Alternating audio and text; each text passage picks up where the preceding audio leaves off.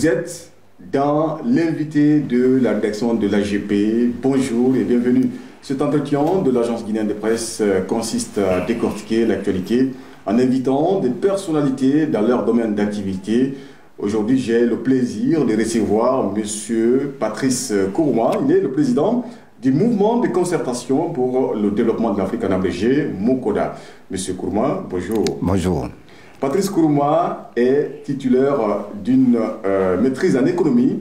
Il a été conseiller à la présidence sous le régime Alpha Condé, puis chargé de mission. Patrice est aussi directeur des études de la planification et des stratégies à Africa Consulting SA. Patrice Kourouma est aussi, il faut le dire, chef d'entreprise. Il est actuellement président du mouvement de concertation pour le développement de l'Afrique en abrégé, MOCODA, je le disais tout à l'heure. Alors, M. Kourouma, présentez-nous brièvement votre mouvement. Le MOCODA, comme vous avez si bien dit, mouvement de concertation pour le développement de l'Afrique.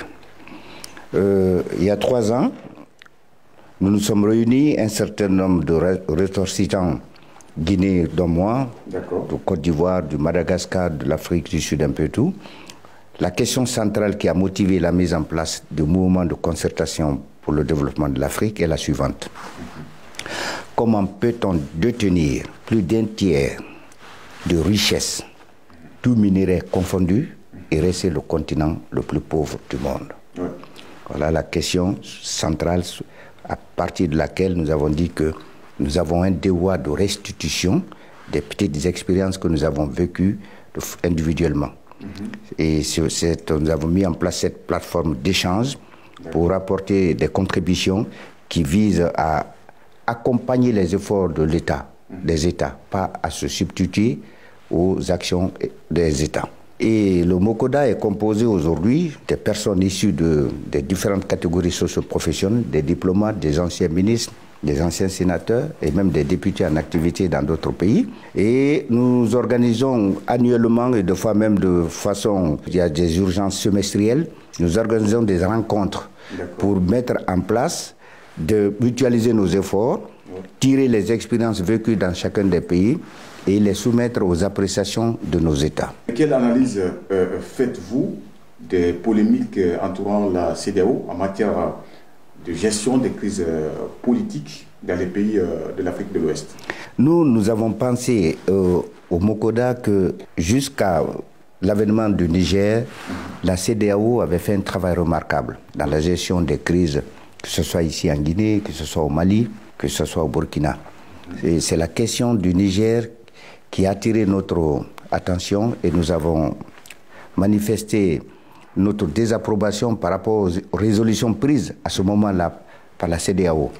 Puisqu'il était question d'intervenir militairement, ce qui n'a pas été fait et en Guinée, et au Mali, et au Burkina, mais d'intervenir militairement au Niger. Nous avons trouvé que ça, c'était une mesure disproportionnée et que le retour à l'ordre constitutionnel ne devrait pas faire l'objet d'une attaque militaire des Africains contre les Africains.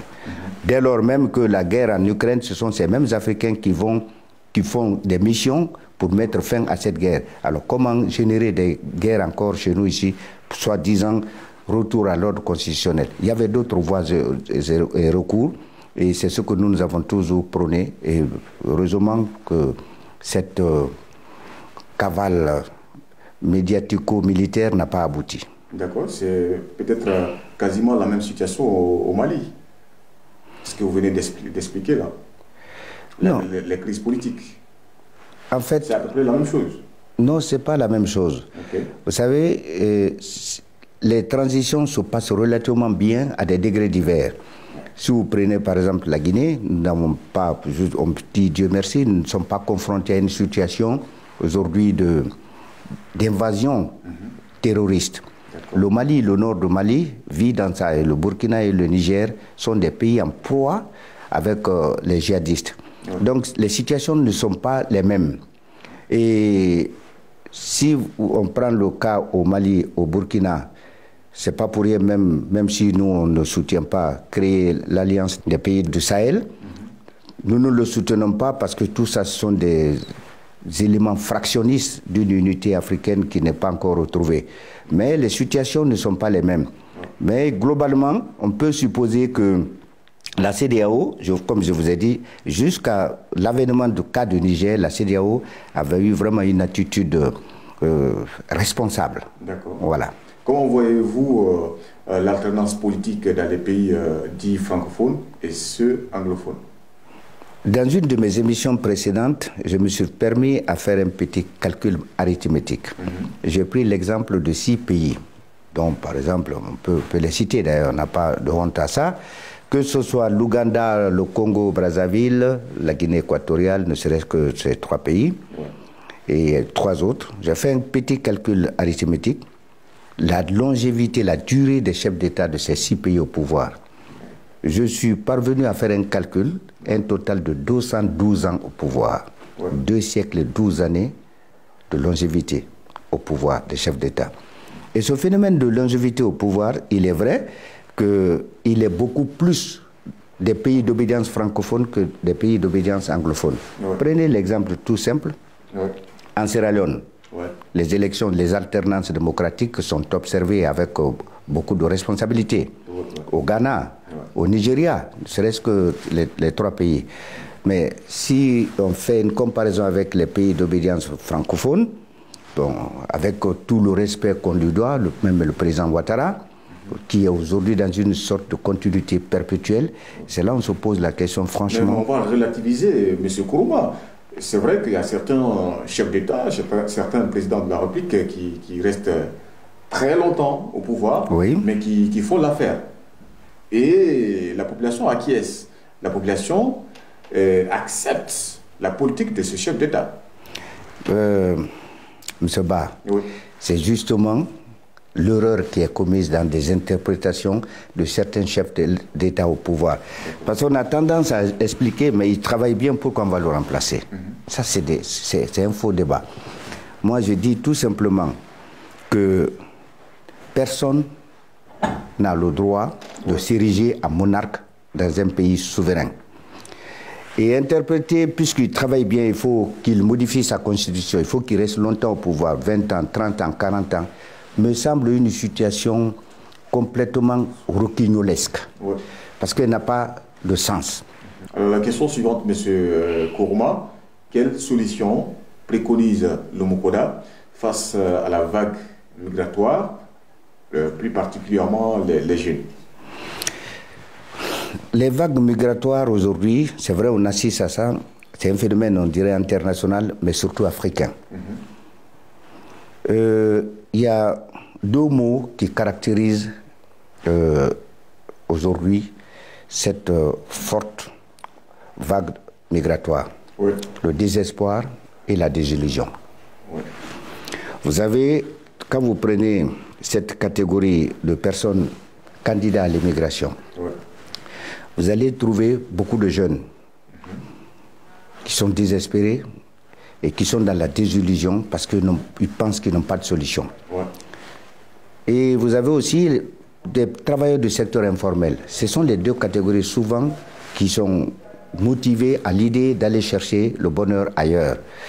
Et ce problème, moi, à mon avis, j'ai toujours dit, et je ne suis pas le seul d'ailleurs, beaucoup de bonne volonté l'ont dit avant moi, qu'il faut un problème, une solution africaine. Et cette solution africaine vient du fait que mutualiser les efforts, voir les problèmes qui aujourd'hui sont à l'origine de ce départ massif et pour une aventure inconnue, des drames que nous connaissons dans des océans et les mers les plus hostiles. Il va falloir que l'Afrique prenne ses responsabilités. Et c'est ce que je dis, que tous les problèmes de l'Afrique aujourd'hui, nous devons, au Mokoda, c'est ce que nous faisons, avoir une approche holistique des problèmes qui se posent en Afrique. Ce n'est pas de façon sectorielle, individuelle. Il faut mutualiser les efforts et les expériences. D'accord. Vous êtes à la tête d'un mouvement qui s'appelle le Mokoda.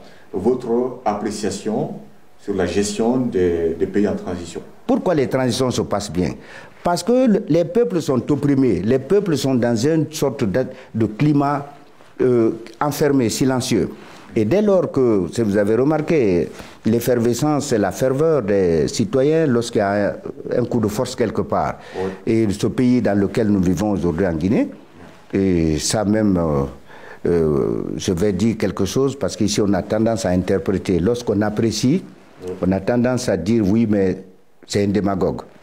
Lorsqu'on critique, on a tendance aussi à dire oui, mais il est de mauvaise foi. Oui. Vous savez, nous sommes toujours dans cette situation alambiquée. Mais si vous voyez la capitale guinéenne aujourd'hui, franchement, moi j'ai appartenu à un régime précédent, je n'ai rien contre ce régime puisqu'il a donné toute satisfaction sur certains plans. Mais quand vous voyez aujourd'hui l'image de notre capitale, oui, rajeunie, avec des infrastructures qui donnent vraiment un sens au bien-être de la capitale. Et ce sont des choses, sauf si on est de mauvaise volonté, que nous apprécions, parce que la Conakry, la Guinée, notre capitale n'a jamais eu un rajeunissement depuis la Première République. Ça, c'est une réalité. Vous voyez, nous partons du principe que lorsque les choses sont faites dans le bon sens, nous les apprécions. Mais cela ne nous interdit pas aussi d'apporter des contradictions ou même des reproches lorsque nous pensons que les choses sont biaisées et ne vont pas dans le bon sens, surtout dans l'intérêt des populations. Comme vous le dites, vous apportez des reproches ou des critiques. Sur la question, qu'est-ce que vous préconisez pour les chefs d'État ou pour les États? Voilà. Vous savez, il y a un maître mot en Afrique, l'unité. Il y a un ministère, dans certains pays, c'est des ministères, des départements ministériels, dans d'autres, ce sont des directions comme la Guinée. C'est le département de l'intégration africaine. Je crois que ces départements de l'intégration africaine, il faut leur donner un sens et un contenu.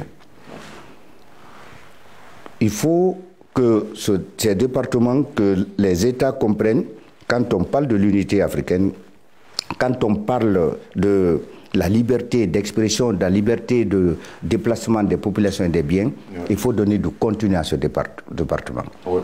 Vous voyez, nous avons eu la chance d'avoir un bon ministre des Affaires étrangères qui nous a conduit et qui continue encore à travailler dans le sens d'un retour à l'ordre constitutionnel. Je veux parler du ministre des Affaires étrangères guinéen. Oui. Mais s'il était adoublé aussi d'un bon ministre du département de l'intégration africaine, ça aurait été mieux.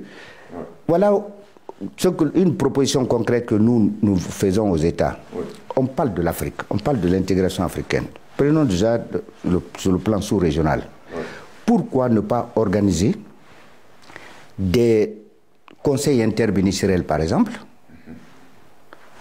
sous-régionaux?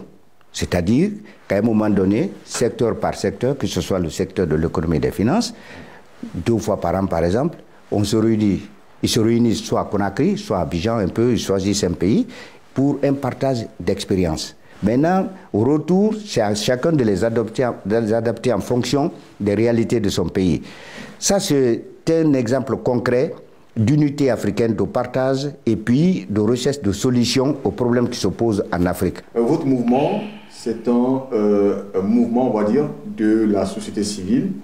Et encore une fois, donnez votre avis sur l'avant-projet de la nouvelle constitution. La constitution, elle est très importante. La constitution d'un pays, c'est la colonne vertébrale. C'est à partir de la constitution qu'un pays, une nation existe réellement. Et l'opportunité est donnée aux formations politiques, oui, à la société civile, d'exprimer leurs observations. Moi, je crois que c'est une opportunité que nous devons saisir. Depuis 1958, c'est vrai, on a connu des constitutions et ces problèmes de constitution ont toujours amené des problèmes entre les politiques. On dit, cet article ne me convient pas. Pour une fois qu'on a une constitution qui est mise à la disposition des politiques, la société civile, de tout le monde, il va falloir mettre la bonne volonté et chacun vienne apporter ses observations pour qu'enfin, on trouve une constitution adaptée aux problèmes de la Guinée. C'est une étape très importante dans le processus de retour à l'ordre constitutionnel. Dans vos explications, est-ce qu'il y a un aspect que vous avez oublié qui concerne votre mouvement ou qui concerne la vie de la nation que vous souhaitez vraiment expliquer? L'aspect le plus important aujourd'hui est, comme je dis, en résumé, que les problèmes de l'Afrique doivent trouver leurs solutions en Afrique. Et ce mouvement que nous avons mis en place, aujourd'hui, est disposé à recevoir toutes les contributions nécessaires des citoyens africains pour que nous prenions à bras le corps les problèmes qui gangrènent nos pays. En partant du principe que l'Afrique est confrontée, tous les pays africains sont confrontés au même problème. Vous allez voir des gens qui vont vous parler du pouvoir d'achat, de la vie chère, de l'insécurité. Ce n'est pas un problème qui est propre à un pays, c'est un problème qui est presque global. Je peux dire mondial, mais global, on parle de l'Afrique. Et justement, il faut mutualiser les efforts, il faut apporter des solutions. Et ces solutions, nous sommes à la recherche permanente de ces solutions que nous mettons à la disposition des États pour les accompagner dans leurs efforts. Oui. Et nous recevons toute personne de bonne volonté, nous les recevons avec alacrité, avec panafricanisme, pour qu'ils apportent leur contribution, aussi modeste soit-elle, à la disposition de nos États africains. Monsieur Patrice Kourouma, merci. Merci à vous. Patrice Kourouma est président du mouvement de concertation pour le développement de l'Afrique, en abrégé, MOCODA. Donc on était là pour parler de ce mouvement et puis de la vie de la nation et des pays de la sous-région. Merci aux internautes, merci également à l'équipe technique qui est vraiment très disponible. Je la remercie encore une fois. Merci de consulter notre site web, le www.agpguinée.com. AGP au cœur de l'information.